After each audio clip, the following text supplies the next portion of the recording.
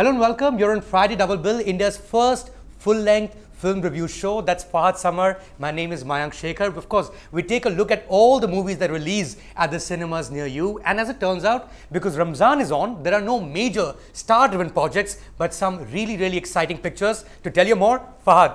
Well, it's such an exciting time at the movies in terms of eclectic world cinema. We're going to kick off with the Bengali film Bela Seshe in the Autumn of Life. Bela Seshe, directed by Nandita Roy and Shibu Prasad Mukherjee, is a Bengali film starring one of India's finest actors, Soumitra Chattopadhyay, who's of course 80 years old now. He stars in this film alongside the stellar talent Swatilekha Sengupta, who plays his wife. The film about this aged couple is set during the Durga Puja celebrations in Calcutta.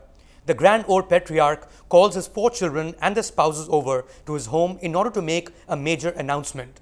It is assumed that he is going to announce his will. As it turns out, the old man announces that he has decided to divorce his wife after 50 years of marriage. What follows this decision, besides a visit to a courtroom, is a drama filled with emotions and humor. The film closely examines the idea of marriage and commitment in a strongly Indian context. It has been released in mainstream theatres with the English title In the Autumn of Life. You know, Mayank, from your synopsis, it seems to me it's not so much in the autumn of life as the winter of discontent. I mean, for an 80-year-old man to decide at this... They call it silver separation, apparently. Yeah.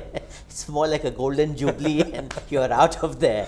But tell me, I missed this film and I'm really keen to, as I'm sure so are our viewers. So please, elucidate. Well, in terms of the genre, I think it's at the cusp of what is mainstream, considered mainstream and art house. There are art house elements in terms of writing. I think this is one of the rare films where the script and the performance is so much superior to the movie itself. But, you know, the mainstream aspect is like, you know, slightly tacky, art design, I didn't like the background score too much, and some of the actors are hammy. Of course, not the main lead, who are like absolutely stunning in terms of their performance. But I think what I loved about this film, Fahad, and one of the reasons why I'm so happy, so glad I watched it. And of course, I would like the viewers to watch it as well. Please watch it this weekend. I don't even need to tell you any further than this. That is directed by a male filmmaker and a female filmmaker at the same time, and it really brings out 2 separate perspectives on relationships. So there are moments that I could hear from the back of my seat, the women audience in